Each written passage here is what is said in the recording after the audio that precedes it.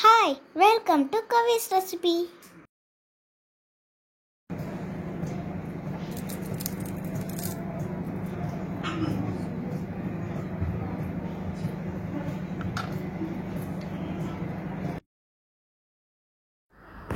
Hello friends, இந்த வீடியோவில் நம்ம பார்க்க போகிறது மசால் வடை. கடைகளில் கிடைக்கிற மாதிரியே மொறுமொறுப்பான மசால் வடையை ஒரு சில டிப்ஸ் ஃபாலோ பண்ணி நம்ம வீட்லேயே ரெடி பண்ணலாம்.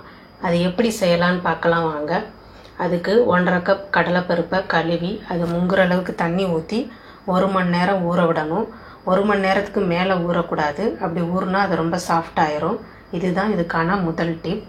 அப்படி 1 மணி நேரம் ஊறின கடலைப்பருப்பை தண்ணியை வடிச்சிட்டு மிக்சி ஜாரில் சேர்க்கணும். தண்ணி எதுவும் சேர்க்கக்கூடாது.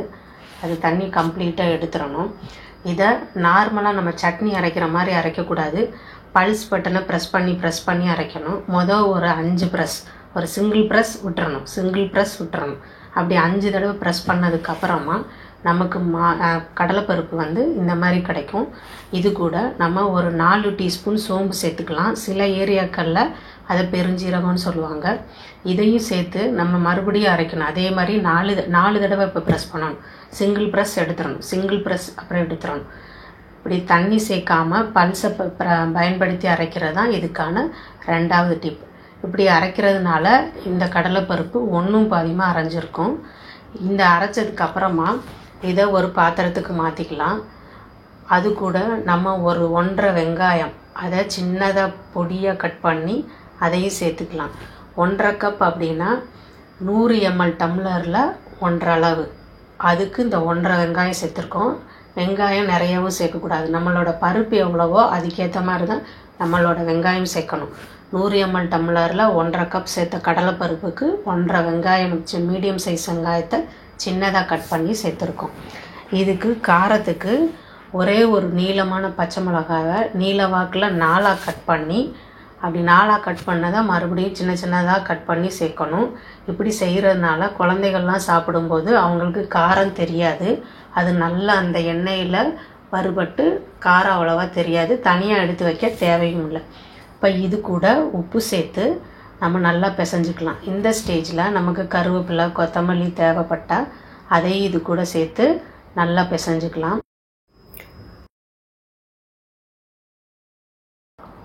இப்போ இந்த மாவை நம்ம பிசையும் போது இப்படி பிடிச்சி பாருங்கள். இது நமக்கு பிடிக்க வரணும். திருப்பி உதுத்து விட்டால் உதிர்ந்துடணும். அந்த அளவுக்கு இந்த மாவு இருக்கணும். அதுதான் இதனோட பதம்.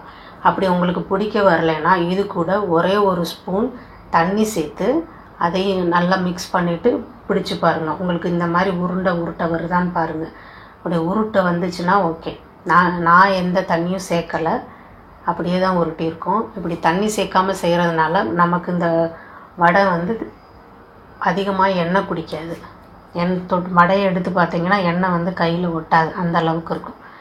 இப்போ மாவை மிக்ஸ் பண்ணதுக்கப்புறம் நமக்கு எந்த சைஸில் வடை வேணுமோ அந்த அளவுக்கு மாவை எடுத்து அதை சின்ன உருண்டைகளாக உருட்டிக்கணும். ரொம்ப அழுத்தமும் கொடுக்கக்கூடாது, ரொம்ப மேலோட்டமாகவும் அதை உருட்டக்கூடாது. ஓரளவுக்கு உருட்டி அது உதிரக்கூடாது. அதுதான் நமக்கு தேவை. அந்த மாதிரி எல்லாத்தையும் உருட்டி இப்படி வச்சுக்கலாம். இதிலிருந்து ஒரு 30 உருண்டைகள் கிடச்சிருக்கு. இப்போ அடுப்பை ஆன் பண்ணி எண்ணெய் ஊற்றிருக்கோம். எண்ணெய் காயட்டும். கையை தண்ணியில் நனைச்சிட்டு உருண்டை எடுத்து உள்ளங்கையில் வச்சு ஒரு சிங்கிள் ப்ரெஸ் மட்டும் பண்ணணும். ப்ரெஸ் பண்ணிவிட்டு அப்படியே எண்ணெயில் போட்டுடலாம். ஒவ்வொரு இடம் உருண்டை எடுக்கும்போதும் கையை தண்ணியில் நனைச்சிட்டு உருண்டை இப்படி உருட்டிட்டு உள்ளங்கையில் வச்சு ஒரு சிங்கிள் ப்ரெஸ் இப்படி கொடுத்துட்டு போடுறதுனால அந்த மாவு நமக்கு தனித்தனியாக பிரியாது. 1. 2வது என்ன அப்படின்னா, நமக்கு ஓரங்களில் மெல்லிசாக இருக்கும், நடுவில் தடிமனாக இருக்கும். இப்படி போடுறதுனால மேலே கிறிஸ்பியாகவும் உள்ள சாஃப்டாகவும் இருக்கும்.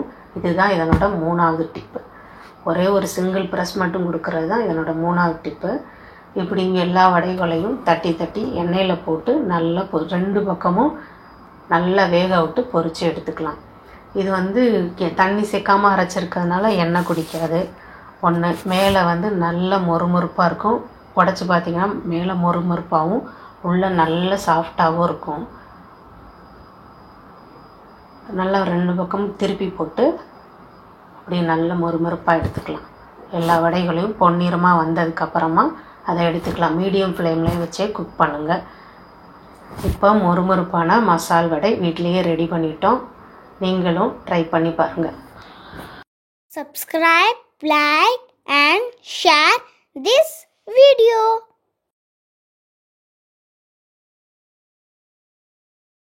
Thanks for watching.